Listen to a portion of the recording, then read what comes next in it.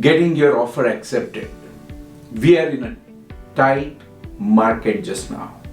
Very few homes come on the market when there is an exploding buyer demand. Hi, I'm Amol Heda with Keller Williams Bay Area Estates and author of Thriving Through Ownership. So we are in an inventory crunch situation and we are not going to see people sell or list their homes very easily.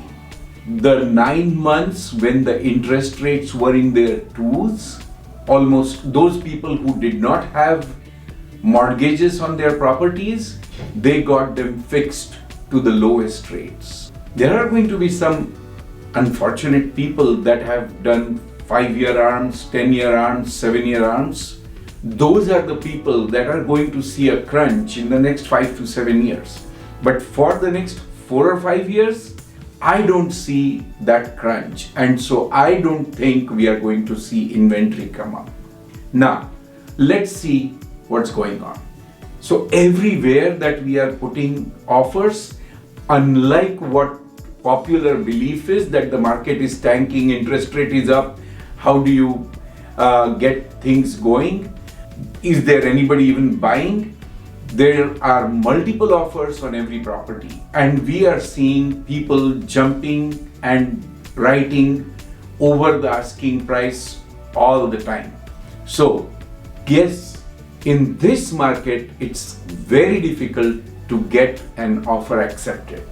So how do I as an agent even get my offer accepted in this market? So let me talk about it. So as much as the listing agent pitches the property at a very broad audience and they post it on the MLS, it goes to Zillow, Redfin and all these syndicated sites, they used to post them in newspapers. I don't think I have seen a newspaper ad gone to see a newspaper to read an ad about a home in a newspaper for a long time now. But there are all these media and so they make it as attractive to as many people as. Now let's flip it. When they see multiple offers coming and almost all the offers sometimes look alike. I wrote an offer last week and they said, you are amongst the 4 that are just about at the same price. And one offer was standing out because of the price. And so there it's very easy. So say if somebody wrote an offer over 100K, over the next best offer that comes through, I'm not talking about the list price here. It's about the number of offers that are coming in and what is the highest above that and what are the lowest. So typically when we see 15 offers, 16 offers, it follows a normal distribution curve. So most people will put their offers around a certain expected price, value for the property. But there will be a few, maybe 1, maybe 4, that will go well above that average price that goes. And the average price is typically the one that people get from comparables. So I tell my clients, guys, if you want to win this property, they are going to get 16 offers because during the open house, we saw 200 families walk through. And when I checked with the agent said, oh, we have 20 disclosures packages out.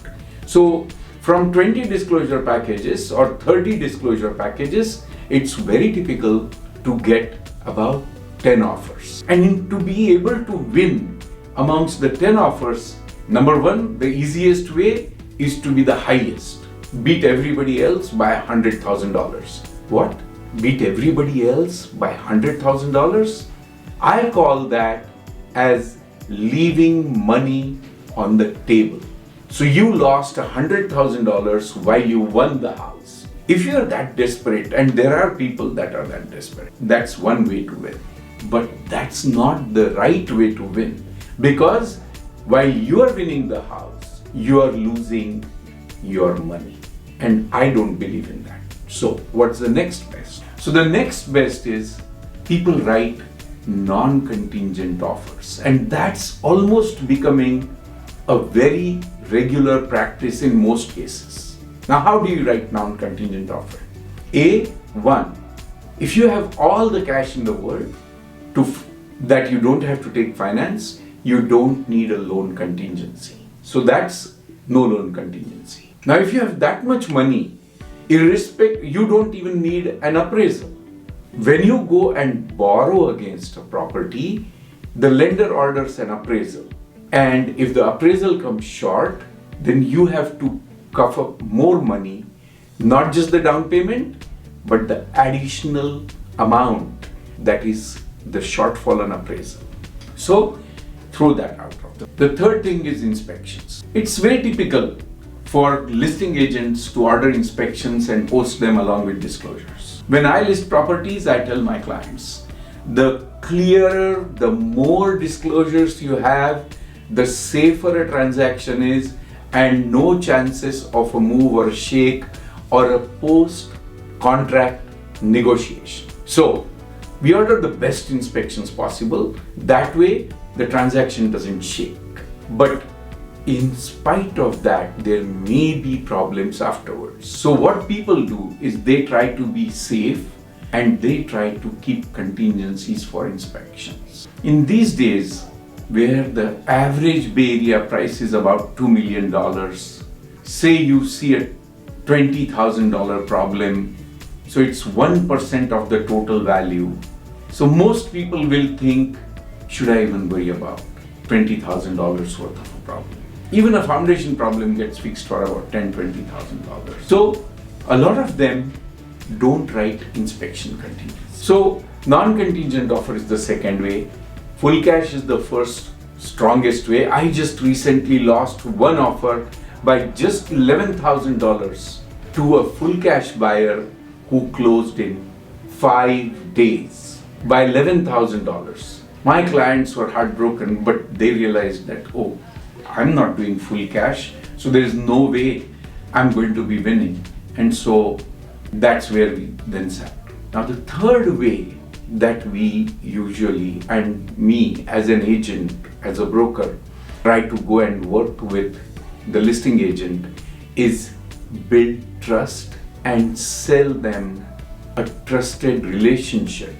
Look, for about 30 days, we are going to be in contract.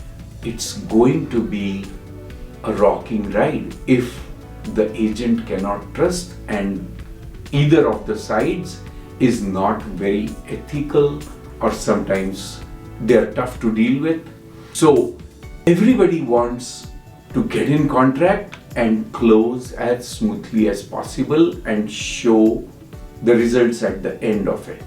If I cannot sell trust and I cannot sell my client being very good, very savvy, and will be amenable to a smooth transaction, it will be a tough sell, even if it is a full cash offer. So like I had I had a listing in Cupertino, and as usual, I saw one cash offer on it. Guess, it had some foreign bank statements. The money was not in the US. And I recommended to my client, guys, let's go with an offer that has a mortgage on it, which is conventional regular mortgage with 20% down payment. They will take a month to close, but not a problem. And my clients listened to me.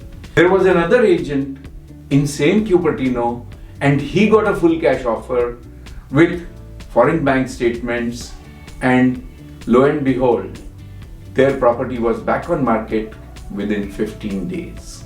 And after 15 days, who knows, the market has started dropping, the prices have dropped, interest rates have gone up, or the buyers that you had 15 days back are gone.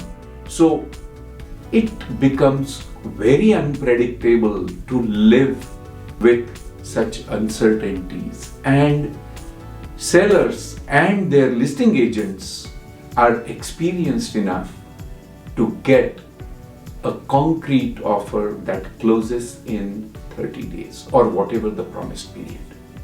Short closing is a very good one, non-contingent, full cash, but very important to build trust. And to build trust, there are multiple things that we do. known agent, known brokerage, very good lender who they identify, who they can talk to, who is communicative, and on top of it, an offer that wins their heart. Do you think this helps? If you have friends that require help with writing offers that win, you can have them talk to me. Thank you for watching. Please subscribe, click on the bell button, and share if you like this video. Thank you. Bye.